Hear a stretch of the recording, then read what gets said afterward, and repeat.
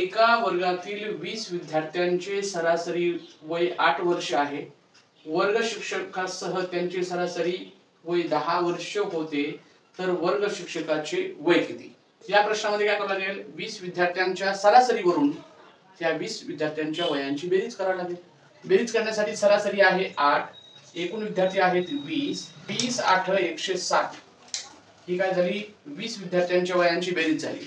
आता त्याच्यामध्ये वर्ग शिक्षक आले, मग वर्ग शिक्षक आल्यामुळे 20 विद्यार्थ्यांमध्ये एक जण वाढल्यामुळे हे 21 जण झाले. आता 21 जणांच्या वयांची बेरीज करावी लागेल. मग 21 गुणिले 10 केले की ही होईल 21 जणांची बेरीज, 21 10 210. आता यामध्ये 21 जणांच्या बेरजेमधून, आता ह्या बेरजेमधून ही 20 जणांची बेरीज वजा करायची, म्हणजे वर्ग शिक्षकाचे वय मिळून जाईल. 210 मधून 160 जर वजा केले तर हे 50 राहतील, आणि 50 म्हणजे हेच आहे वर्ग शिक्षकाचे वय. आता पाहूया असाच एक प्रश्न. एका वर्गातील 40 विद्यार्थ्यांच्या वयाची सरासरी 13.5 वर्ष आहे. वर्ग शिक्षकासह सर्वांच्या वयाची सरासरी 14 वर्ष आहे, तर वर्ग शिक्षकाचे वय किती? मग यामध्ये आपण काय करणार, 40 विद्यार्थी आहेत, त्यांच्या वयाची सरासरी आहे 13.5.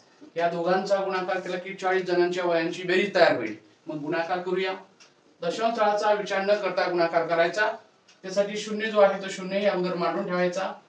हा 4 समजायचा, आणि 4 ने या 135 ला गुणिले 4 पंचे 20, आजचे 2 येतील. त्यानंतर 13 चौक 52, 52 आणि 2 झाले 54.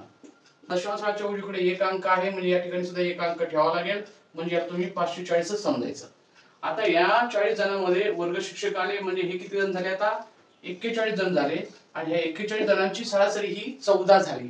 41 गुणिले 14 केल्यावर त्यांच्या वयांची बेरीज करण्यासाठी 14 1 14, हातचा आला 1, 14 चौक 56, 56 आणि 1 57. आता जी ही 574 जी आलेली बेरीज आहे ही 41 जणांची बेरीज आहे, आणि ही 540 जी आहे ती आहे 40 जणांची बेरीज आहे. 574 मधून हे 540 वजा करायचे, आणि या ठिकाणी 4 राहील, या ठिकाणी 3 राहील, आणि मग आपल्याला असं म्हणता येईल वर्ग शिक्षकाचे वय किती आहे, 34 वर्ष.